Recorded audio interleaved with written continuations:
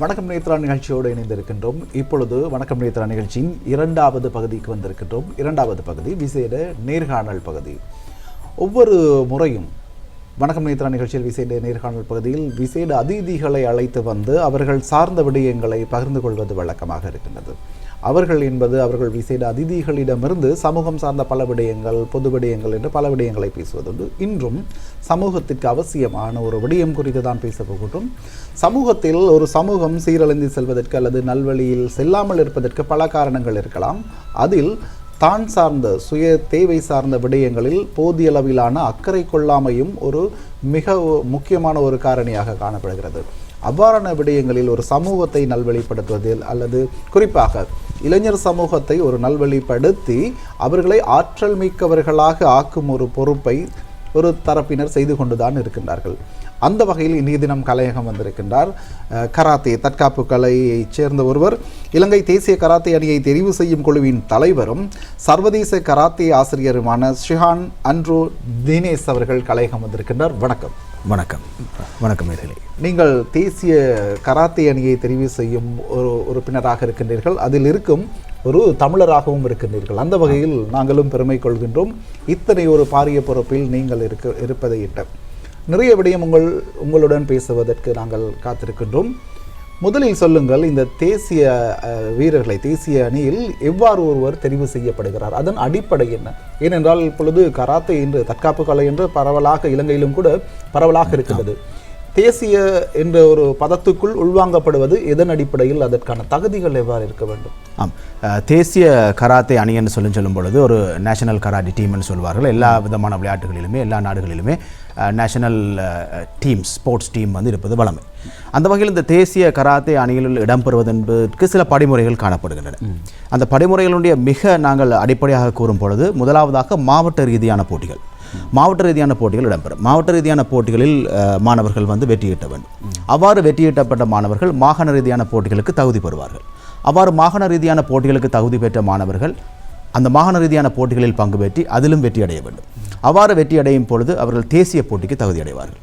அவ்வாறு தேசிய போட்டியில் பங்கு பெற்றி தேசிய போட்டிகளின் பதக்கங்களை பெற்றதன் பின்னர் அந்த வருடத்திற்கான தேசிய அணியில் இடம்பெறுவதற்கான விண்ணப்பங்கள் அவர்களுக்கு வழங்கப்படும். அதாவது வந்து இலங்கையினுடைய ஸ்ரீலங்கா கராத்தே தோ சம்மேளனம் என்று சொல்லக்கூடிய தேசிய கராத்தே சம்மேளனத்தினுடைய விண்ணப்பமாக அது காணப்படும். அதாவது நேஷனல் பூலில் அவர்களை இணைத்துக் கொள்வதற்கு. அப்போ தேசிய அணியில் அவர்கள் இணைத்துக் கொள்வதற்கு முன்னதாக அவர்களுக்கான விண்ணப்பங்கள் வழங்கப்பட்டு அந்த விண்ணப்பங்களை அவர்கள் பூர்த்தி செய்ததன் பின்னர் அந்த தேசிய அணிக்கான பயிற்சிகள் இடம்பெற்று வரும். அந்த தேசிய அணிக்கான பயிற்சியில் இடம்பெற்று வருகின்ற வேளையிலேயே தெரிவு போட்டிகள்னு சொல்லி ஒரு போட்டிகள் இடம்பெறும். அதுதான் சொல்வது செலெக்ஷன் மீட்னு சொல்லி சொல்வார்கள். இந்த தெரிவு போட்டிகளை செய்வதுதான் இந்த தெரிவு குழுவினுடைய பிரதான பணியாக காணப்படுகின்றது. இப்போ இலங்கையினுடைய கராத்தே தெரிவு குழு என்று சொல்லும் பொழுது 5 பேரை கொண்ட ஒரு தெரிவு குழுவாக அது காணப்படுகின்றது. அந்த தெரிவு குழுவில் நான் தற்போது தலைவராக இலங்கையினுடைய விளையாட்டுத்துறை அமைச்சினால் நியமிக்கப்பட்டிருக்கின்றேன். அப்போ இந்த தெரிவு குழுவினுடைய மிக முக்கியமான பணி என்னவென்று சொல்லி சொன்னால் அந்த தேசிய போட்டிகளில் பதக்கங்களை பெற்ற மாணவர்களை தெரிவு செய்வது. அந்த மாணவர்களை தெரிவு செய்து மீண்டும் அவர்களுக்கான பயிற்சிகள் வழங்கப்பட்டு அவர்களே தேசிய அணியில் இடம்பெறுவார்கள். இது ஒரு பொதுவான ஒரு அமைப்பாக இல்லை பொதுவான ஒரு வடிவமாக நாங்கள் பார்க்கலாம். இருப்பினும் இந்த கராத்தே போட்டிகள் என்று சொல்கிற பொழுது எவ்வாறான போட்டிகள் மாவட்ட ரீதியாக நடக்கிற போட்டிகளாக இருக்கலாம், அல்லது மாகாண ரீதியாக நடைபெறுகிற போட்டிகளாக இருக்கலாம், இல்லை தேசிய ரீதியாக நடைபெறுகிற போட்டிகளாக இருக்கலாம், அல்லது ஓப்பன் திறந்த கராத்தே சுற்று போட்டிகளாக இருக்கலாம். எந்த போட்டிகளில் மாணவர்கள் பங்கு பெற்றி வெற்றிகளை அடைந்தால் இந்த தேசிய அணியில் இடம்பெறுவதற்கான முன்னேற்பாடாக அவர்களுக்கு அது அமையும் என்பது ஒரு மிக முக்கியமான விடயம். அது தொடர்பான விழிப்புணர்வு கட்டாயமாக போட்டியாளர்களுக்கு இருக்க வேண்டும். அதைவிட முக்கியமாக பெற்றோர்களுக்கு இருக்க வேண்டும். ஏன்னா பெற்றோர்கள் பெருமளவிலான பணத்தினை செலவழித்து தங்களுடைய பிள்ளைகளை ஒரு துறையில் முன்னேற்றுவதற்கு ஆவலாக இருப்பார்கள். ஆனால் வழிமுறைகள் சில சமயங்களில் தெரியாமல் இருக்கலாம், அல்லது பிள்ளையாக வழிநடத்தப்படுவதும் உண்டு. ஆகவே போட்டிகள் என்று சொல்கிற பொழுது 3 வகையான போட்டிகள் அங்கீகரிக்கப்பட்ட போட்டிகளாக காணப்படுகின்றன. முதலாவது நாங்கள் கூறலாம், விளையாட்டுத்துறை அமைச்சினால் ஒவ்வொரு வருடமும் நடைபெறுகின்ற ஸ்போர்ட்ஸ் ஃபெஸ்டிவல் என்று சொல்லி கூறுவார்கள். அந்த விளையாட்டுத்துறை அமைச்சினால் ஒழுங்கு செய்யப்பட்ட போட்டிகள் வந்து ஒரு அங்கீகரிக்கப்பட்ட போட்டிகள். இது மாவட்ட, மாகாண மற்றும் தேசிய ரீதியாக இடம்பெறும். அதே சமயம் இரண்டாவதாக நாங்கள் பார்க்கலாம், பாடசாலை மாணவர்கள் என்று சொல்லும் பொழுது கல்வி திணைக்களத்தினால் நடத்தப்படுகின்ற போட்டிகள், கல்வி திணைக்களத்தினால் ஒருங்கமைக்கப்படுகின்ற போட்டிகள். இதுவும் மாவட்ட ரீதியாக, மாகாண ரீதியாக, தேசிய ரீதியாக இடம்பெறும். மூன்றாவதாக இலங்கை கராத்தே தோ சம்மேளனம். National karate federation. இந்த நேஷனல் கராட்டி ஃபெடரேஷன் ஆர்கனைஸ் பண்ணும் சில போட்டிகளை மாவட்ட ரீதியாக, மாகாண ரீதியாக, தேசிய ரீதியாக, இந்த 3 போட்டிகளுமே அங்கீகரிக்கப்பட்ட போட்டிகளாக காணப்படும். தேசிய அணிவில் ஒருவர் தன்னை இணைத்துக் கொள்ள வேண்டுமானால் இந்த 3 போட்டிகளில் வெற்றி பெற்றதன் பின்னர் தொடர்ந்து இடைவிடாது பயிற்சி செய்து மீண்டும் செலெக்ஷன் மீட் என்று சொல்லக்கூடிய தெரிவு போட்டி என்று சொல்லக்கூடிய அந்த போட்டியில் பங்கெடுத்து அந்த போட்டியிலும் தன்னுடைய பெறுபர்களை வெளிப்படுத்தும் இடத்தில் தான் அவர் ஒரு தேசிய அணியில் இடம்பெறக்கூடியதாக காணப்படும். இது கேடட், ஜூனியர், அண்டர் 21, சீனியர் என்று சொல்லி காணப்படுகின்றது. கேடட் என்று சொல்லும் பொழுது வயது 14-15, ஜூனியர் என்று சொல்லும் பொழுது வயது 16-17, அண்டர் 21 என்று சொல்லும் பொழுது வயது 18, 19, 20, 21 வயதுகள் காணப்படும். ஓவர் 21 என்று சொல்லப்படுவது சீனியராக இருக்கும். அதே சமயம் 14 வயதுக்கு உட்பட்டவர்களுக்குமான போட்டிகள் இடம்பெறும். இந்த சப் ஜூனியர் என்று சொல்லி கூறுவார்கள். இந்த போட்டிகள் மிக முக்கியம். காரணம் என்னவென்று சொல்லி சொன்னால், ஒரு தேசிய அணியோ அல்லது ஒரு விளையாட்டு வீரன் என்பவர் ஒரு சிறந்த முறையில் தன்னுடைய பெறுபர்களை வெளிப்படுத்த வேண்டுமாயின் சிறு வயது முதலே அந்த முயற்சியில் ஈடுபட வேண்டும். இடைவிடாத முயற்சியில் ஈடுபட்டு வர வேண்டும். அந்த இடைவிடாத முயற்சியும் அந்த கடின உழைப்பும் நேர்த்தியான பயிற்சியும் மாத்திரம்தான் வெற்றியை கொண்டு வருமே தவிர வேறு எந்த விடயங்களும் ஒரு வெற்றியினை ஒருபோதுமே தீர்மானிக்காது. ஆனால் அதே சமயம் அங்கீகரிக்கப்பட்ட போட்டிகள் என்று சொல்லி நான் குறிப்பிட்ட சில போட்டிகளை குறிப்பிட்டேன். ஆனால் இலங்கையை பார்த்தால் அல்லது உலகத்தை பார்த்தால் என்று ஏராளமான கராத்தே சுற்று போட்டிகள் நடைபெற்று வருகின்றன. இவை அங்கீகரிக்கப்பட்டவையா அங்கீகரிக்கப்படாதவையா என்ற கேள்வி உண்மையிலேயே எல்லாருடைய மனதிலும் காணப்படுகின்றது. நாங்கள் அங்கீகரிக்கப்பட்டது என்ற ஒரு வார்த்தையை நாங்கள் எடுத்துவிட்டு அந்த போட்டிகளும் கட்டாயமாக ஒரு அனுபவத்தினை வழங்கும். ஆகவே அவ்வாறான போட்டிகள், கழகங்கள் ரீதியாக நடைபெறுகிற போட்டிகள் அல்லது ஒரு ஓப்பன் சாம்பியன்ஷிப் என்று சொல்லி திறந்த கராத்தே சுற்று போட்டிகள் அல்ல சர்வதேச திறந்த கராத்தே சுற்று போட்டிகளிலும் மாணவர்கள் பங்கு பெற்றும் பொழுது சிறந்த அனுபவத்தை பெறலாம். ஒரு கள அனுபவம் என்றது மிக முக்கியமான ஒரு விடயம். அது கட்டாயமாக மாவட்ட, மாகாண, தேசிய ரீதியிலான போட்டிகளெல்லாம் பங்கு பெற்ற வேண்டும் என்ற ஒரு அவசியம் இல்லை. இருப்பினும் அந்த போட்டிகள் மிக முக்கியமானவை. ஆனால் இவ்வாறு நடைபெறுகிற போட்டிகளிலும் மாணவர்கள் பங்கு பெற்றினால் என்ன நடக்கும் என்று சொல்லி சொன்னால் அவர்களுக்கு ஒரு சிறந்த அனுபவம் ஒன்று கிடைக்கும். எவ்வாறு ஒரு போட்டியை நாங்கள் எதிர்கொள்வது, ஒரு போட்டியை எதிர்கொள்வது என்று சொல்லப்படுவது தன்னுடைய திறனை வெளிப்படுத்துவது மாத்திரமல்ல, செய்த பயிற்சியினுடைய நுட்பத்தை வெளிப்படுத்துவது மாத்திரமல்ல, அந்த போட்டியில் அவருடைய மனோநிலை எவ்வாறு அமைய வேண்டும், இந்த போட்டியில் காணப்படுகிற பதட்டம் என்ன, தன்னுடன் காணப்படுகிற எதிர் போட்டியாளர்களுடைய தன்மை என்ன, இவ்வாறான பல்வேறுபட்ட விடயங்களை உடல் ரீதியாகவும் அவர் விளங்கிக் கொள்வதற்கு, அறிந்து கொள்வதற்கு அனுபவம் என்பது மிக முக்கியமான ஒரு விடயமாக காணப்படுகிறது. உண்மையில் தெளிவான விடயம். இப்பொழுது நான் ஒரு பக்கத்தில் இருந்து நாங்கள் பார்க்கும் பொழுது உங்களுடைய பதிலை வைத்துக்கொண்டு நோக்கும் பொழுது ஏற்கனவே சொன்னது போல இலங்கையில் பல்வேறு கராட்டி பயிற்று அமைப்புகள் இருக்கின்றன, வீரர்கள் இருக்கின்றார்கள், திறமைசாலிகளும் இருக்கின்றார்கள்.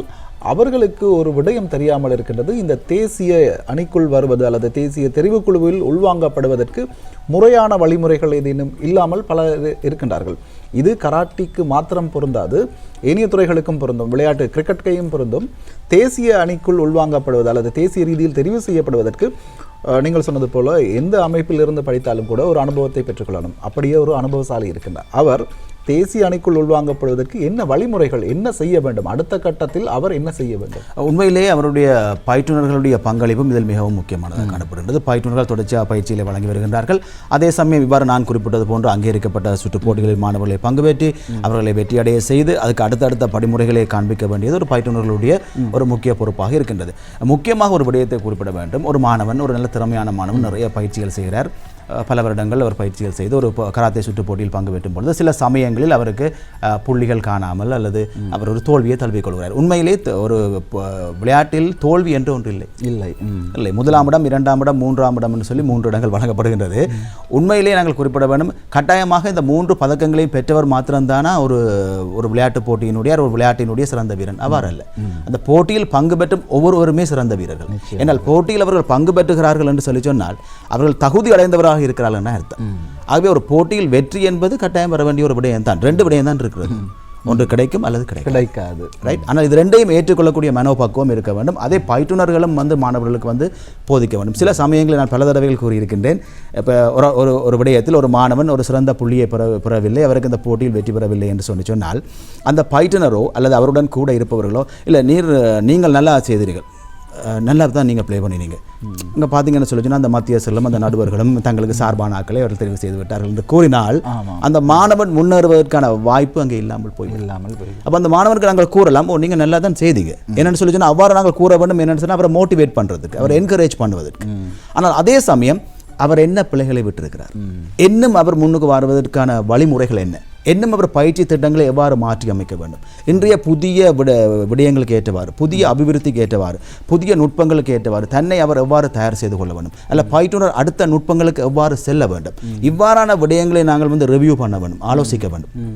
ஆலோசித்து அதை நாங்கள் வழிமுறைப்படுத்துவோமா இருந்தால் அந்த மாணவர் நிச்சயமாக அடுத்த போட்டியில் வெற்றி பெறுவதற்கான வாய்ப்பு மிகவும் உண்டு. அதை விடுத்து மத்தியஸ்தர்கள் நடுவர்கள் தங்களுக்கு சார்பான ஆட்களை தெரிவு செய்து விட்டார்கள், எங்களுக்கு கிடைக்காது, அல்லது நாங்கள் ஒரு என்ன சொல்ல சிறுபான்மையை சேர்ந்தவர்கள், இவ்வாறு பல்வேறுபட்ட விடயங்கள் இருக்கின்றது என்ன. ஆனால் இது எப்படி இருப்பினும் எந்த ஒரு இடங்களிலுமே சில விடயங்கள் நடைபெறாமல் இருக்காது. அதுவல் அந்த அவ்வாறான விடயங்கள் இருந்துதான் ஆகும் சில இடங்களில். ஆனால் எது எப்படி இருப்பினுமோ நாங்கள் சிறப்பாக பயிற்சி செய்து சரியான முறையில் நேர்த்தியாக பயிற்சி செய்து எங்களுடைய முயற்சிகள் நிச்சயமாக ஒரு சரியான முறையில் பயணிக்கும் பொழுது வெற்றி என்பது கட்டாயமாக எங்களுக்குரிய ஒரு விடயமாகத்தான் அமையும்.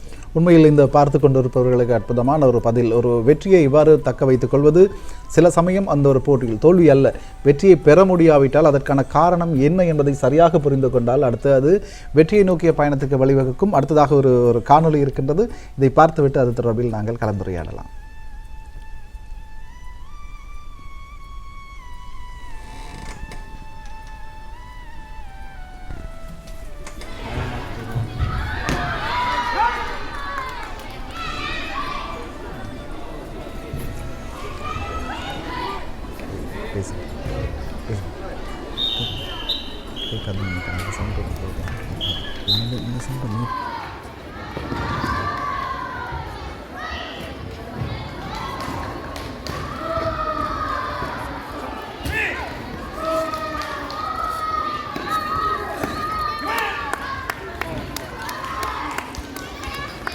பொழுது இது 24ஆம் ஆண்டு இம்மாதம் டிசம்பர் மாதம் 1ஆம் தேதி 2024ஆம் ஆண்டு ஜப்பானினுடைய மியாசாக்கி நகரில் இடம்பெற்ற ஒரு கராத்தே சுற்று போட்டி.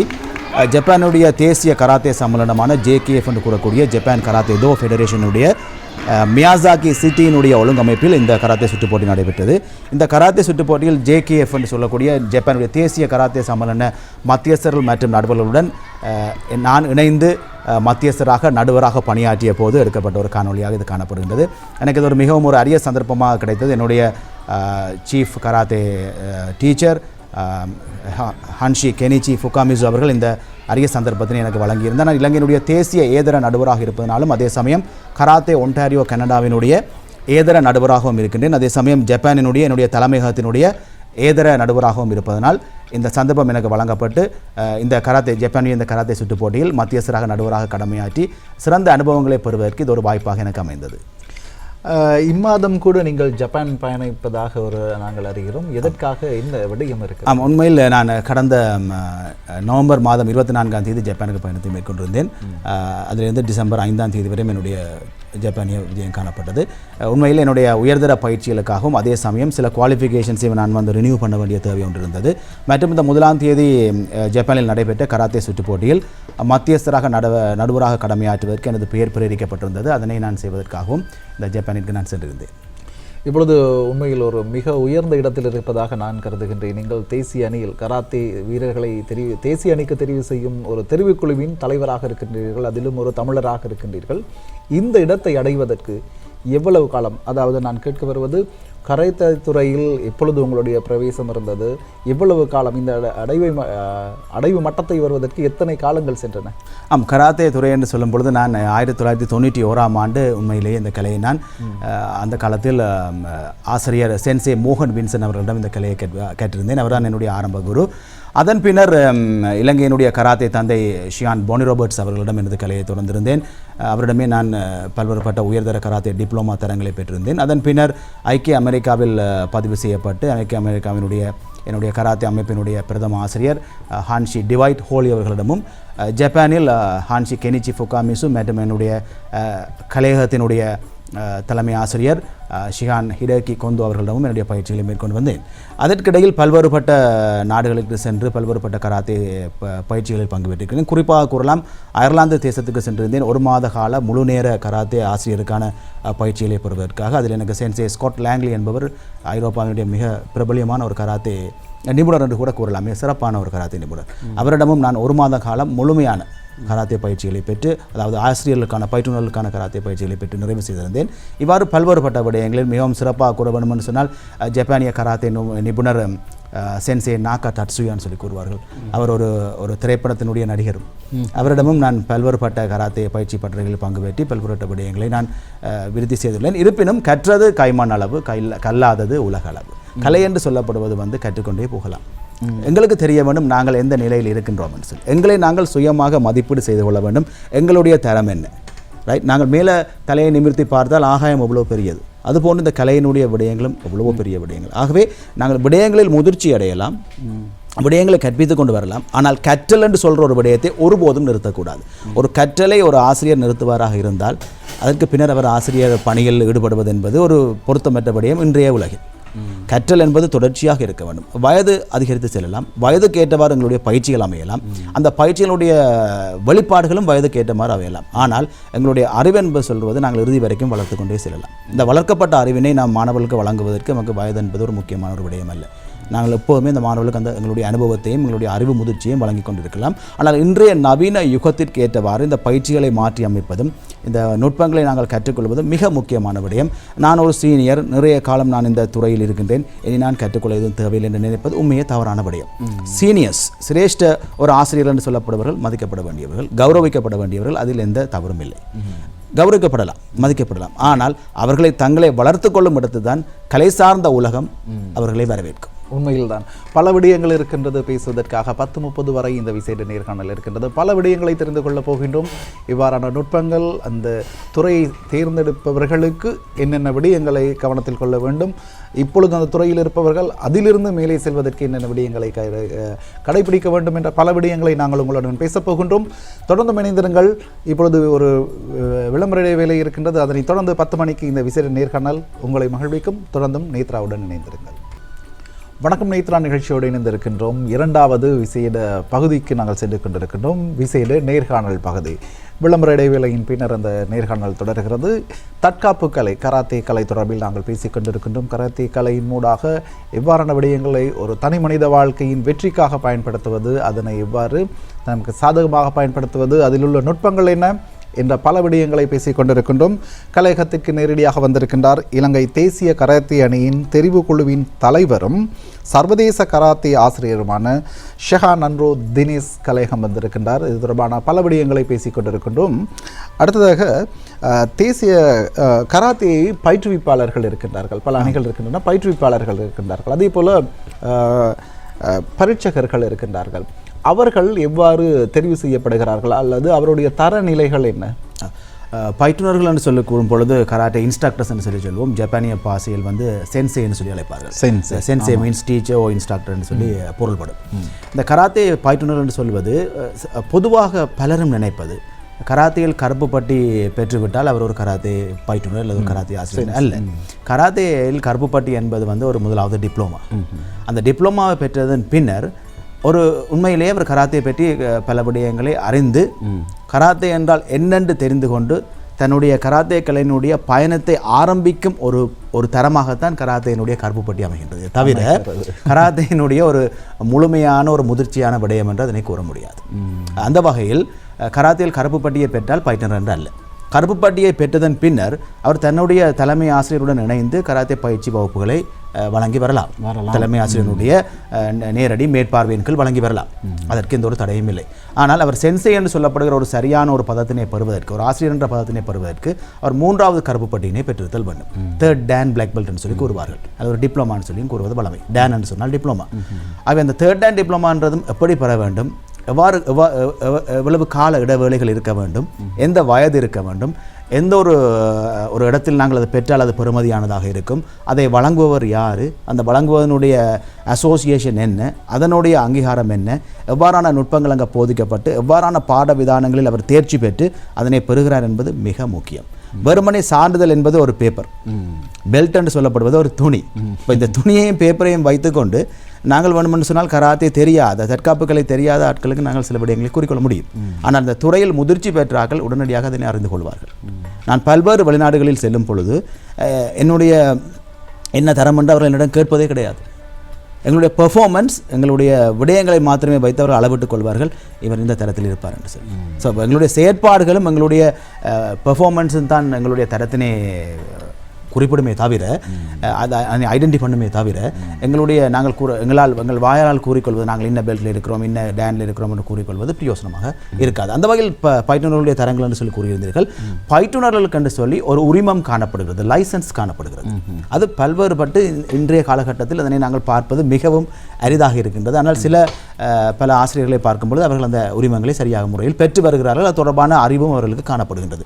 உண்மையிலேயே எல்லோருமே தரமானவர்களான். கராத்தையை கற்பவர்களும் சரி, கராத்தையை கற்பிப்பவர்களும் சரி, இந்த கராத்தையில் ஒரு ஆர்வமும் ஒரு விருப்பமும் இருக்க போய் தான் செய்கிறார்கள். ஆகவே எல்லாருமே தரமானவர்கள், எவரையும் குறை கூட முடியாது. தரம் என்று சொல்லப்படுவது எங்களுடன் கூட பிறந்தது அல்ல, நாங்கள் உருவாக்கி கொள்வது.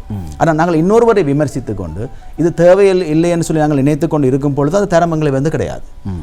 நாங்கள் என்ன தரத்தில் இருக்கிறோம் என்றதை அறிந்து கொண்டு அந்த தரத்தினை பெற்றுக்கொள்வதற்கு முயற்சி செய்தாலே போதும் அந்த தரத்தினை அடைந்துவிட முடியும். அவை தரத்தினை பெற்றவர்கள் தரத்தினை பெறாதவர்களை மட்டம் தட்டவனும் அல்லது அவர்களுக்கு ஒன்றும் தெரியாது என்று கூறுவதல்ல. அவ்வாறான ஒரு விடயம் இல்லை. இப்போ நான் கூறும் விடயங்கள் எல்லோருமே திறமையானவர்கள். எல்லோருடமே ஏதோ ஒரு திறமை, ஒரு கெட்டித்தனம் காணப்படுகிறது. ஆனால் அதை அடையாளம் கண்டு அதிலிருந்து அடுத்த படிமுறைக்கு செல்லும் அந்த மனோபக்குவத்தை வளர்த்துக் கொள்ள வேண்டும் தான் நான் கூற வருகிறேன். அவை இன்ஸ்ட்ரக்டர்ஸ் குவாலிஃபிகேஷன்ஸ் என்று சொல்லப்படுவது ஒரு சரியான அங்கீகரிக்கப்பட்ட ஒரு கராத்தே கலையகத்திடம், ஒரு கராத்தே பாடசாலையிடம், அந்த கராத்தேனுடைய தலைமை ஆசிரியர் மற்றும் அந்த சபையினரிடம் அதை பெற்றுக்கொள்ள வேண்டும். DCBA என்று சொல்லி அந்த குவாலிஃபிகேஷன்ஸ் காணப்படுகிறது. அதாவது குறிப்பிட்ட ஒரு டான் தரத்தினை பெற்று குறிப்பிட்ட அனுபவத்தினை அவர் காணப்படும் பொழுது அவருக்கு D தரம் வழங்கப்படுகிறது. பின்னர் அவர் குறிப்பிட்ட காலத்துக்கு பின்னர் அவர் அடுத்த தரத்தினை பெற்று அடுத்த அந்த அனுபவத்தினை பெற்று அவருடைய மாணவர்களுடைய சிறப்பான செயற்பாடுகள், அவருடைய வளர்ச்சி, அவருடைய செயற்பாடுகளை பார்வையிட்டு அடுத்த தரம் C தரம், அதிலிருந்து B, அதிலிருந்து A தரம் காணப்படுது. இவ்வாறான இன்ஸ்ட்ரக்டர் குவாலிஃபிகேஷன்ஸ் கட்டாயம் பெற்றுக்கொள்ள வேண்டும். அதே போன்று இன்னும் ஒரு விடயம், மிக முக்கியமான விடயம், கராத்தேனுடைய தரங்களை வழங்குவது யார்? எக்ஸாமினர்ஸ் என்று சொல்லுவார்கள், ஆஃபிஷியல் எக்ஸாமினர்ஸ் என்று சொல்லுவார்கள். ஆனால் இன்றைய சமூக வலைத்தளங்களில் பார்க்கும் பொழுது பலரும் பல்வேறுபட்ட விளம்பரங்களை இடுவதை பார்க்கக்கூடிய இருக்கின்றது. உண்மையிலே விளம்பரங்களை இடுவது அவர்களுடைய வளர்ச்சியை வெளிப்படுத்துவதற்காக இருக்கலாம், அல்லது அவர்களுடைய திறமைகளை வெளிக்காட்டுவதற்காக இருக்கலாம், அல்லது மற்றவர்களை ஆர்வப்படுத்துவதற்காக இருக்கலாம். பல்வேறுபட்ட விடயங்கள் காணப்படும். அது பிழை அல்ல, அது வரவேற்கத்தக்க விடயம், பாராட்டத்தக்க விடயம். ஆனால் தவறான வார்த்தை பிரயோகங்களை பிரயோகித்து ஒரு சமூகத்தை ஏமாற்றுவது என்பது ஒரு பிழையான விடயம். நான் அண்மையில் பார்த்திருந்தேன், ஆஃபிஷியல் எக்ஸாமினர் என்று போட்டிருந்தேன், ஆஃபிஷியல் கிரேடிங் எக்ஸாமினர் சொல்லி. உண்மையிலே ஆஃபிஷியல் கிரேடிங் எக்ஸாமினர் என்று சொல்லப்படுவது ஒரு பெரிய ஒரு தரம் ஒன்று. அதாவது பரீட்சை வழங்குவது என்ன, அதாவது கராத்தே கற்பிப்பது ஒரு விடயம், கற்கின்ற மாணவர்களுக்கு ஒரு தரத்தினை வழங்குவது என்பது ஒரு பெரிய ஒரு விடயம் ஒன்று. ஒரு எக்ஸாமினர் கிரேட் என்றது ஒரு சாதாரணமான கிரேட் அல்ல. அதை எவ்வாறு பெறுவது? அதை ஒரு தலைமையகத்திடம் பெற்றுக்கொள்ள வேண்டும். எவ்வாறு அந்த தலைமையகத்திடம் அந்த எக்ஸாமினர் கிரேடினை பெறுவது? சரியான தரங்களை நாங்கள் நிரூபிக்க வேண்டும். அவர்கள் எங்களுக்கு ஒரு தேர்வு வைத்திருத்தல் வேண்டும். அந்த தேர்வு வைப்பதற்கு அவர்கள் தகுதியானவர்களாக இருத்தல் வேண்டும். அந்த தேர்வினருக்கு அவர்கள் எக்ஸாமினர் என்று சொல்லக்கூடிய அந்த குவாலிஃபிகேஷனை எங்களை வழங்குவதற்கு அவர்கள் அதற்குரிய அங்கீகாரம் பெற்றவர்களாக இருக்க வேண்டும். அவ்வாறான சமயங்களில் பெறப்படுகின்ற அந்த எக்ஸாமினர் குவாலிஃபிகேஷன் என்பது தான் ஒரு பெருமதியானது. அதுதான் நாங்கள் விளம்பரப்படுத்த முடியுமே தவிர எழுந்த விடயத்தில் நாங்கள் நினைத்தவாறு எங்களுடைய ஒரு தரங்களையும் நாங்கள் எங்களோட பேருக்கு முன்னாலோ பேருக்கு பின்னாலோ சேர்த்து கொண்டு வருவது உண்மையிலேயே ஒரு சமூகத்தை ஒரு பிழையான முறையில் வழிநடத்துவதாகும். முக்கியமாக இன்றைய தினத்தில் சிறுவர்கள் நிறைய பேர் இந்த கராத்தேக்களை கற்று வருகிறார்கள். பெற்றோர்களுக்கு உண்மையாக சில நேரங்களில் தெரியாது. பெற்றோர்கள் பார்ப்பார்கள், இந்த ஆசிரியர் இவ்வாறான நிறைய குவாலிஃபிகேஷன்ஸ் போட்டிருக்கிறார், ஒஃபிஷியல் கிரேடிங் எக்ஸாமினர் சொல்லி சொல்லுகிறார், இவர் ஒரு பெரிய ஒரு விடயத்தை வைத்திருக்கின்றார் அப்படின்னு நினைக்கலாம். ஆனால் உண்மையிலேயே நாங்கள் யோசிக்க வேண்டும், அவ்வாறான ஒரு விடயத்தை நாங்கள் விளம்பரப்படுத்தும் பொழுது சிறுவர்களை பிழையாக வழிநடத்துவது என்பது அதுவும் எங்களுடைய இனத்திற்கு நாங்கள் செய்கிற ஒரு துரோகம். சிறுவர்கள் எங்களுடைய எதிர்காலம். இந்த இலங்கை நாடு அபிவிருத்தி அடைய வேண்டும், இலங்கை நாட்டினுடைய வளர்ச்சி முன்னோக்கி செல்ல வேண்டும் என்று சொன்னால் அரசியல் ரீதியாக மாத்திரமல்ல, உரிமைகள் என்று சொல்லி பல்வேறுபட்ட விடயங்கள் நாங்கள் பேசி வருகிறோம். உண்மையாகவே பல்வேறுபட்ட தேவைகள் எங்களுக்கு இருக்கின்றன, அதில் உண்மை இருக்கின்றது. அது ஒரு புறம் இருக்கு. இந்த சிறுவர்களை நாங்கள் கல்வியிலும் கலைத்துறையிலும் விளையாட்டுத்துறையிலும் சரியான முறையில் வழிநடத்துவது கூட எங்களுடைய உரிமையையும் எங்களுடைய எதிர்கால சுபீட்சத்தையும் பாதுகாக்கக்கூடிய ஒரு வழி. அவை ஆசிரியர்களுடைய கையில் இது இருக்கு, ஆசிரியர்கள் கைகளில் இது தங்கி இருக்கின்றது. இந்த சிறுவர்களுடைய எதிர்காலம் சில நேரங்களில் நாங்கள் தெரியாமல் சில பிழை விடலாம், அப்பாறான பிள்ளைகள் மன்னிக்கப்படலாம். ஆனால் அந்த பிள்ளைகள் தெரிகிற பட்சத்தில் நாங்கள் என்ன செய்ய வேண்டும்? அதனை நாங்கள் நிறுத்திக் கொள்ள இது பிழை, நான் இவ்வாறு பெற்ற தரம் பிள்ளை, நான் தெரியாமல் இப்படி செய்துவிட்டேன், இனிமேல் செய்யக்கூடாது, இனி நான் சரியான முறையில் பயணிக்க வேண்டும். சில காலங்கள் செல்லலாம், எல்லோருமே எல்லா தரத்தினையும் பெறலாம். தரத்தினை அடைவதற்கு ஒரு வரையறை கிடையாது. நான் தான் குறிப்பாக இந்த தரத்தினை பெற்றிருக்கின்றேன், இன்னொருவர் இந்த தரத்தினுக்கு வரவே முடியாது என்று நான் நினைக்க முடியாது. எல்லாருமே வரலாம், வரவும் வேண்டும். அடுத்தவருக்கு நாங்கள் இடம் கொடுக்க வேண்டும், அடுத்த தலைமுறைக்கு இடம் கொடுத்தே ஆக வேண்டும். ஆகவே ஆனால் சரியான முறையை பின்பற்ற வேண்டும். சும்மா விமர்சித்து கொண்டு ஒரு முன்னுக்கு வந்த ஒருவரை பார்த்து இவர் அப்படி வந்திருக்கிறார், இவர் காசு கொடுத்து இதை வாங்கியிருக்கிறார், இவர்கிட்ட பணம் இருக்குது அல்லது இவருக்கு மொழி அறிவு இருக்குது, இவ்வாறு கூறி விமர்சித்து கொண்டு இருப்பது தன்னைத்தானே ஏமாற்றி கொண்டு ஒரு குறிப்பிட்ட கதிரையில் அவ்வாறு அமர்ந்திருப்பதற்கு சமன். ஆகவே எக்ஸாமினர் குவாலிஃபிகேஷன் என்று சொல்லப்படுவதும் அதே போல DCBA என்று சொல்லி காணப்படுகின்றது. இந்த குவாலிஃபிகேஷன்ஸை படிப்படியாகத்தான் பெற்றுக்கொள்ள வேண்டும். உண்மையிலே நான் இம்முறை ஜப்பானிற்கு சென்றிருந்தேன் என்னுடைய B தர குவாலிஃபிகேஷனை ரினியூ பண்ணுவதற்கு. நான் இன்னும் A தர எக்ஸாமினர் குவாலிஃபிகேஷனுக்கு ஜப்பானால் வழங்கப்படவில்லை. ஆனால் ஐக்கிய அமெரிக்காவினுடைய என்னுடைய தலைமையகம் எனக்கு A தர எக்ஸாமினர் குவாலிஃபிகேஷன், A தர இன்ஸ்ட்ரக்டர் குவாலிஃபிகேஷன், A தர ரெஃப்ரி குவாலிஃபிகேஷன் எனக்கு வழங்கப்பட்டிருக்கின்றது. ஜப்பானிலும் என்னுடைய தலைமையகம் எனக்கு A தர கராத்தே நடுவருக்குரிய குவாலிஃபிகேஷனை வழங்கியிருக்கிறது. மிக நீண்ட நாட்களுக்கு பின்பு என்னுடைய ஒவ்வொரு நடவடிக்கைகளையும் பார்த்து இதேபோல் நிறைய இலங்கையில் ஆசிரியர்கள் இருக்கிறார்கள், இவ்வாறான தரங்களை பெற்ற ஆசிரியர்கள். உண்மையில் அவர்களுக்கு என்னுடைய வாழ்த்துக்களும். அவர்கள் தான் எங்களுடைய முன்னோடிகள். அவர்களை பார்த்து தான் நானும் அறிந்து கொண்டேன், இன்ஸ்ட்ரக்டருக்குன்னு சொல்லி இவ்வாறு குவாலிஃபிகேஷன்ஸ் இருக்கின்றது, எக்ஸாமினர்ஸுக்குன்னு சொல்லி இவ்வாறு குவாலிஃபிகேஷன்ஸ் இருக்கின்றது, ரெஃப்ரிக்குன்னு சொல்லி இவ்வாறு குவாலிஃபிகேஷன்ஸ் இருக்கின்றது. இதுதான் ரெகக்னைஸ்ட், இதுதான் அங்கீகரிக்கப்பட்டது. இந்த வழியில் தான் நான் செல்ல வேண்டும். சற்று கடினமான வழிதான், காலம் தாமதமாகும், அதை பற்றி கவலையிலே. காலம் தாமதமானாலும் அந்த தரங்களை நாங்கள் பெற்றுக்கொள்ளும் பொழுது அதனுடைய பெருமை எங்களுக்கு மிகவும் கூடுதலாக இருக்கும். அதனுடைய பெருமதியும் ஒரு சிறப்பாக காணப்படும். ஆகவே சில பயணங்கள் கடுமையான பயணங்கள் தான். ஆனால் அந்த பயணங்களை நாங்கள் மேற்கொள்ள காலை வைத்தாலே எங்களுக்கு வெற்றி கட்டாயமாக கிடைக்கும். அந்த காலை வைக்காமல் அதை விமர்சித்து கொண்டு இருப்போமானால் அந்த வெற்றி எங்களுக்கு கிடைக்காது. ஆகவே இந்த எக்ஸாமினர்ஸ் என்று சொல்லப்படுவது மிக முக்கியம். மாணவர்களுடைய தரங்களை நிர்ணயிப்பது, தரங்களுக்கு இன்னும் ஒரு காலங்கள் இருக்கின்றது. அந்த காலங்களும் மிக முக்கியமாக இருக்கும். உண்மையிலே ஒரு விடயத்தை நான் இந்த நேரத்தில் கூறிக்கொள்ள வேண்டும். சம்மேளனங்களில் பதிவு செய்தல் தேசிய வேண்டும் என்று சொல்லி ஒரு கேள்வி கேட்கலாம். உண்மையில் பதிவு செய்யத்தான் வேண்டும். அவ்வாறு பதிவு செய்தால் தான் தேசிய ரீதியான விடயங்களில் எங்களுடைய மாணவர்களை பங்கேற்றுவதற்கு ஒரு சந்தர்ப்பத்தை அமையும். ஆனால் நல்லா தெரிந்து கொள்ள வேண்டும், ஒரு சம்மேளனத்தில் பதிவு செய்வது என்பது ஒரு உரிப்புரிமையை பெறுவது. ஒரு பேசிக் குவாலிஃபிகேஷனோட நாங்கள் அந்த சம்மேளனத்தில் பதிவு செய்கிறோம். அதுவே எங்களுடைய தரத்தை நிர்ணயிப்பது அல்ல. பலரும் நினைப்பது, நான் இலங்கை தேசிய கராத்தே தோ சம்மேளனத்தில் பதிவு செய்து விட்டேன், நான் ஒரு சிறந்த கராத்தே ஆசிரியர், நான் என்ன பெல்ட் வேணுமானாலும் அவருக்கு வழங்கலாம், என்ன சர்டிஃபிகேட்டும் கொடுக்கலாம் என்று இல்லை. ஒருபோதும் இல்லை. கராத்தேடைய நுட்பங்கள் வேறு, டெக்னிக்கல் சைடு வேறு, அட்மின் சைடு வேறு. ரெஜிஸ்டர் பண்ணுவது எங்களுடைய அசோசியேஷன், நாங்கள் அதில் அங்கத்தவராக இருக்கின்றோம், அந்த நடவடிக்கையில் பங்கு பெற்றலாம். ஆனால் எங்களை நாங்கள் வளர்த்துக் கொள்வதற்கு எங்களுக்கென்று சரியான தரமான ஒரு ஆசிரியரை தெரிவு செய்து, சரியான தரமான ஒரு கலையகத்தை தெரிவு செய்து நாங்கள் எங்களை வளர்த்துக் கொள்ள வேண்டும். எங்களை வளர்த்தா தான் எங்களுடைய மாணவர்களை வளர்க்க முடியும். எங்களை வளர்க்காமல் எங்களுடைய மாணவர்களை ஒருபோதுமே வளர்த்துக் கொள்ள முடியாது. ஆகவே தேசிய கராத்தே தோ சம்மேளனம் என்று சொல்லப்படுவது கராத்தேயினுடைய நிகழ்ச்சி திட்டங்களையும் இலங்கையினுடைய விளையாட்டு கராத்தே, ஸ்போர்ட்ஸ் கராத்தே என்று சொல்லுவார்கள், அதை நிர்ணயிப்பது தான் தேசிய கராத்தே தோ சம்மேளனமே தவிர, அதனுடைய உரிப்புரிமை அந்த அங்கீகாரத்தை தான் வழங்குமே தவிர, அதை தவிர்த்து நுட்பங்களை கற்பிப்பதோ அல்லது நுட்பங்களில் ஒருவரை டெவலப் பண்ணுவதோ அவ்வாறான விடயங்கள் அந்த கராத்தே சம்மேளனத்தினுடைய பணி அல்ல. அதனுடைய பணி ஆசிரியர்களாக எங்களுடைய பணி. அப்போ நாங்கள் சென்று பல்வேறு இடங்களுக்கும் சென்று அல்லது எங்களுக்கு இருக்கக்கூடிய இடங்களுக்கு சென்று நாங்கள் அந்த தரத்தினை பெற்றுக்கொள்ள வேண்டும். இப்போ அந்த வகையில் இன்னும் ஒரு வினாவினையும் எழுப்பலாம். எவ்வாறுன்னு சொன்னால், கட்டாயமாக வெளிநாடுகளுக்கு சென்று தான் கராத்தையை கற்க வேண்டும். ஏன் இலங்கையில் கற்க முடியாது?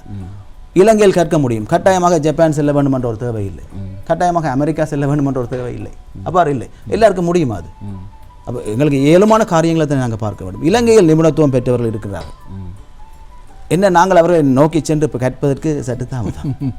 எங்களுக்குள்ள இருக்கக்கூடிய சில ஈகோ, இவர்கிட்ட போய் நான் இப்போ கேட்டால் நான் சின்ன ஆள் ஆயிரும், இவர் பெரிய ஆள் ஆயிடுவேன், இவரை நான் சில நிகழ்ச்சிக்கு கூப்பிடக்கூடாது, இவரை நான் சில நிகழ்ச்சிக்கு அழைக்கக்கூடாது, இவர் இங்கே வந்தாருன்னு சொல்லி சொன்னால் இவர் யார் எங்களுக்கு?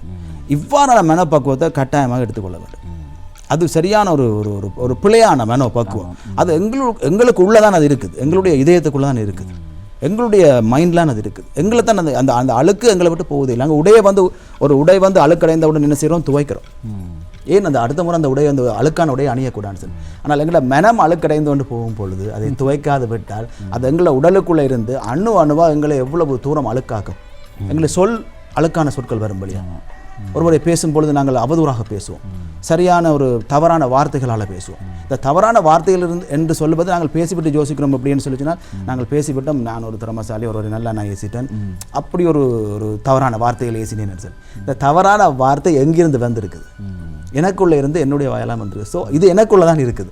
அவருக்கு ஒன்றுமே ஆக போகிறதில்லை. நான் பேசினதாலேயோ அவரை தூற்றினதாலேயோ அவரை விமர்சித்ததாலேயோ அவரை பற்றி முகப்புத்தகங்கள்லையோ சமூக வலைத்தளங்களிலையோ விமர்சனங்களை எழுதியதாலும் நான் ஒரு ஹீரோவாக முடியாது. அவரை தான் இருக்க போகிறார். ஆனால் நான் என்னுடைய இதயத்தில் இருக்கக்கூடிய எனக்குள்ளே இருக்கக்கூடிய தவறான விடயங்களை நான் ஒரு தவறான மனிதன் என்பதை என்ன செய்திருக்கிறேன் இந்த உலகத்துக்கு வெளிப்படுத்தியிருக்கிறேன். ஆகவே இந்த கலை என்று சொல்லுவது தனியாக கராத்தே சுற்று போட்டிகளுக்கு மாத்திரமில்லை, இதனுடைய ஃபிலோசபி மனதையும் உடலையும் பலப்படுத்துவது. ஆகவே மனதை பலப்படுத்தும் போது சில விடயங்களை நாங்கள் விட்டு கொடுத்து தான் வாழ வேண்டும். சில விடயங்களை நாங்கள் தவறாக விமர்சிக்கக்கூடாது. சில விடயங்களில் தவறான எங்களோட வார்த்தை பிரிவங்கள் எங்களிடமிருந்து வரக்கூடாது. இவ்வாறான விடயங்களை நாங்கள் செய்யும் பொழுது நாங்கள் உண்மையான ஒரு கலைஞனாக இருக்க முடியாது. ஒரு கலைஞனுக்குரிய பண்பு என்பது தனியாக அந்த கலையில் இருக்கக்கூடிய நுட்பங்களின் திறன் மாத்திரமல்ல, இதர பண்புகளும் இருக்க வேண்டும், பிஹேவியர் இருக்க வேண்டும். டிசிப்ளின் என்பது மிக முக்கியம். என்னுடைய கலையத்தின் ஷோட்டோகான் கராத்தே அகாடமி இன்டர்நேஷனல் என்று சொல்லப்படுவது நான் 1999ஆம் ஆண்டு உருவாக்கிய கலையகம். அதை நான் ஜப்பானிலும் ஐக்கிய அமெரிக்காவிலும் பதிவு செய்திருக்கிறேன். ஸ்ரீலங்கா கராத்தே தோ சம்மேளனத்திலும் பதிவு செய்திருக்கின்றேன். அது ஒரு புறம் இருக்குது. அதனுடைய ஸ்லோகம் டிசிப்ளின் ஃபர்ஸ்ட் டெக்னிக்ஸுக்கு நான் அந்த காலத்திலேயே அது வைத்தது. அதாவது ஒழுக்கம் முதல், நுட்பம் ரெண்டாவது. ஒழுக்கம் தான் முதலாவது, நுட்பம் தான் ரெண்டாவது. அந்த ஒழுக்கத்தை முடிஞ்ச அளவுக்கு யாருமே 100% பெர்ஃபெக்ட் இல்லை. இப்போ நான் கூட 100% ஒரு மனிதனுக்குரிய சில சில சில சில இயல்புகள் இருக்கத்தான் செய்யும். ஆனால் சிலதை நாங்கள் அடையாளம் காணும்போது அதிலிருந்து தவிர்த்து செல்ல வேண்டும், கட்டாயமாக தவிர்த்து செல்ல வேண்டும். இப்போ எனக்கு இருக்கக்கூடிய சாதாரணமாக எனக்கு பிடிக்காமல் இருக்கலாம் அவருடைய கருத்துக்கள், அவருடைய செயற்பாடு.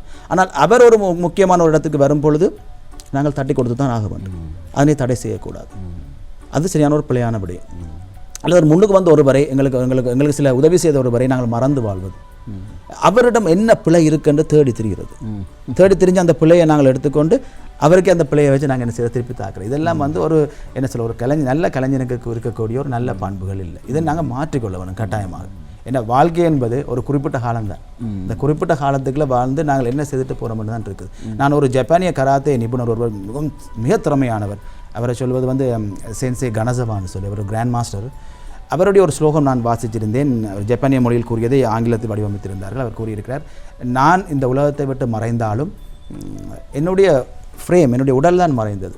நான் செய்த விடயங்கள், நான் ஆற்றிய விடயங்கள் எல்லாமே நான் இந்த உலகத்தில் வாழ்ந்தோன்னா இருக்க போகிறோம். இன்றும் அவரை நாங்கள் பலப்பட்ட விடயங்களை பின்பற்றுகிறோம். அவர் இருக்கிறார் என்ன, ஆனால் நேராக பார்க்கக்கூடிய மாதிரி இல்லை. ஸோ அவ்வாறு தான் இந்த வாழ்க்கை அமையணுமே தவிர ஒரு கலைஞன் அல்லது ஒரு ஒரு ஒரு முதிர்ச்சியானால் ஒரு நிபுணத்துவம் பெற்றால் இருக்க வேண்டுமே தவிர இவர் எப்போ பார்த்தாலும் எங்களை கூட சொல்லுவார். இப்போ நான் கூறுகிற இந்த நேர்காணலில் கூறுகிற விடயங்கள், இந்த இன்ஸ்ட்ரக்டர் குவாலிஃபிகேஷன், எக்ஸாமினர் குவாலிஃபிகேஷன், சமூக வலைத்தளங்கள், இவ்வாறான விடயங்களை பார்க்கிறோம் எல்லாரும் என்று சொல்லி கூறுவது யாரையும் குறை சொல்ல அல்ல. ஆனால் சிறுவர்கள் பாதிக்கப்படுவதை ஏற்றுக்கொள்ள முடியாது. சில பேர் என்ன செய்வதுன்னு சொன்னால் தங்களுடைய கழகம் ஒன்றினை ஆரம்பித்து விட்டு அந்த கழகத்தில் உடனடியாக சில சிரேஷ்ட மாணவர்கள், சில கருப்பு பட்டி வீரர்கள் இருந்தால் நல்லம் என்று நினைத்து மிக வேகமாக தரப்படுத்துவது. அதிலும் சிக்கல். அவ்வாறு தரப்படுத்தும் பொழுது அவர்கள் எப்படி வந்து ஒரு தேசிய அணியில் இடம் பிடிக்கக்கூடிய ஒரு மாணவனாக வர முடியும்? வாய்ப்புகள் இருக்காது. அந்த மாணவனுக்கு பிழையானதை சொல்லிக் கொடுக்குறோம். நாளைக்கு அவர் டீச் பண்ணும் பொழுது இதைத்தான் செய்ய போறார். அவை ஆசிரியர்கள் என்று சொல்லப்படுபவர்கள் வெறுமனே கராட்டியை கற்பிப்பது, ஒரு பாடத்தை படிப்பிப்பது மாத்திரமல்ல, ஒரு சமுதாயத்தை உருவாக்குவது ஒரு பெரிய பணி ஆசிரியர் பணி என்று சொல்லப்படுவது. மிகவும் ஒரு பெரிய பணி.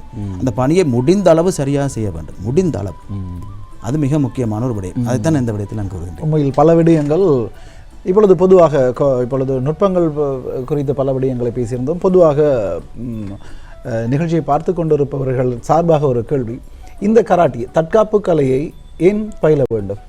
தற்காப்பு கலையை ஏன் பயில வேண்டும் என்று சொல்லி கூறும் பொழுது, தற்காப்பு கலை மாத்திரமல்ல, விளையாட்டுகள் கூட ஒரு பிள்ளைகளுடைய வளர்ச்சியை உண்மையாகவே வளப்படுத்தும் கட்டாயமாக.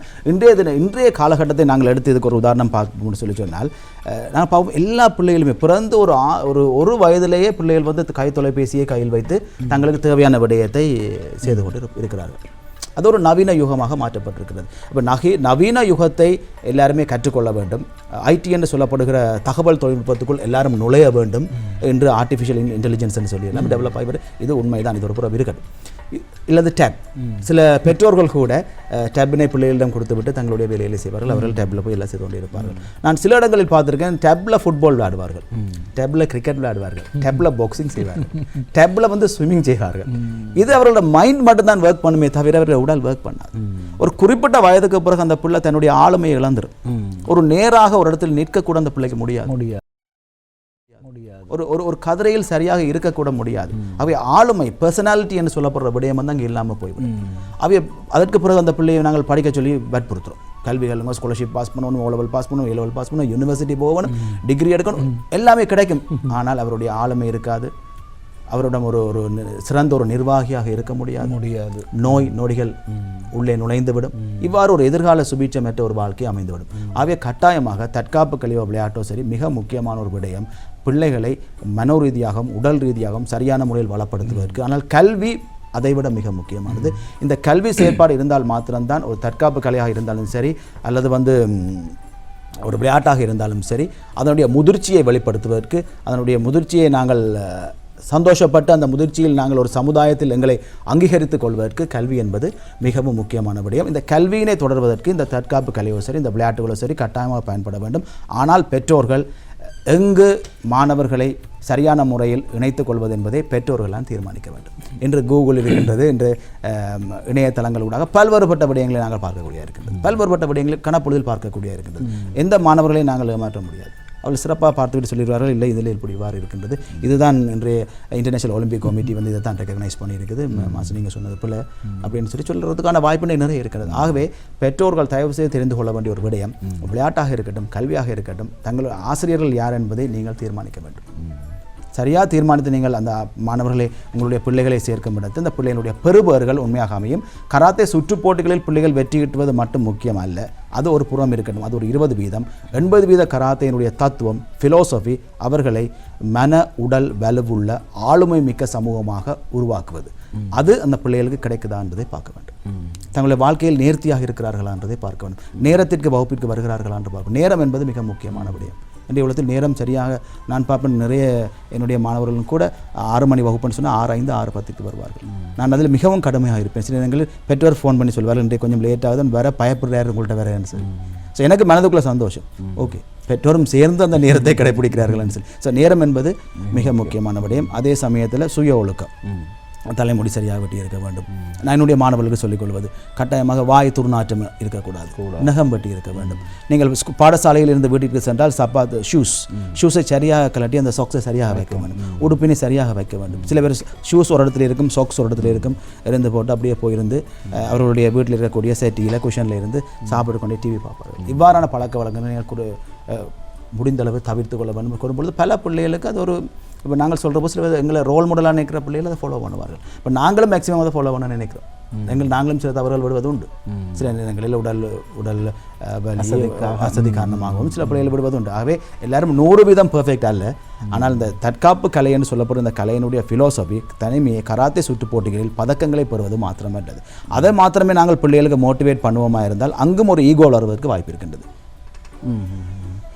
உண்மையில் பல விடயங்கள் பேசியிருந்தோம், பலனுள்ள விடயங்கள். உண்மையில் கராட்டே இந்த தற்காப்பு கலை எதற்கு அவசியப்படுகிறது, தனி மனித ஒழுக்கத்தில் அது எவ்வாறு செல்வாக்கு செலுத்துகிறது, ஆளுமையில் ஆளுமை விருத்தியில் எவ்வாறு பங்களிப்பு செய்கிறது, இந்த தற்காப்பு கலையை ஏன் முறையாக செய்ய வேண்டும், முறையாக செய்தால் அடையக்கூடிய நன்மைகள் என்று பல விடயங்களை நீங்கள் தெளிவாக தந்தமைக்காக உங்களுக்கு நேத்ரா குடும்பம் சார்பாக மீண்டும் நன்றியை தெரிவித்துக் கொள்கின்றோம். நேரம் கிடைக்கும் சந்தர்ப்பத்தில் நாங்கள் இது தொடர்பாக மேலும் பல கலந்துரையாடல்களை உங்களுக்காகவே தர காத்திருக்கின்றோம். அந்த வகையில் இன்றும் பல வேலைப்பளுக்களுக்கு மத்தியிலும் கூட நேரடியாக கலையகம் வந்து பல அற்புதமான பல விடயங்கள், உண்மையில் கராட்டே என்பது எதனால் செய்யப்படுகிறது, அதை ஏன் செய்ய வேண்டும், முறையாக ஏன் செய்ய வேண்டும் என்ற பல விடயங்களை சொல்லிய அன்புக்குரிய கராத்தே இலங்கை தேசிய கராத்தே அணியின் தெரிவுக்குழு தலைவராகவும் அதேபோல் சர்வதேச கராத்தே ஆசிரியருமாக செயற்படும் ஷஹான் அன்ரோ தினேஷ் அவர்களுக்கு நேத்ரா குடும்பம் சார்பாக மீண்டும் மனமார்ந்த நன்றியை தெரிவித்துக் கொள்கின்றோம். நன்றி நேயர்களே. அந்த வகையில் இன்றைய வணக்கம் நேத்ரா நிகழ்ச்சியை இத்துடன் நிறைவு செய்து கொள்ளலாம். மீண்டும் மற்றொரு நிகழ்ச்சியில் சந்திக்கலாம். இன்றைய தினம் தயாரிப்பு பணிகளில் ஈடுபட்ட நண்பருக்கு நன்றி கூறிக்கொண்டு அதே போல ஏனைய தொழில்நுட்ப கலைஞர்களும் சஜாவுக்கும் நன்றி கூறிக்கொண்டு விடைபெறுகிறோம். மீண்டும் மற்றொரு நிகழ்ச்சியில் சந்திக்கலாம். நன்றி, வணக்கம்.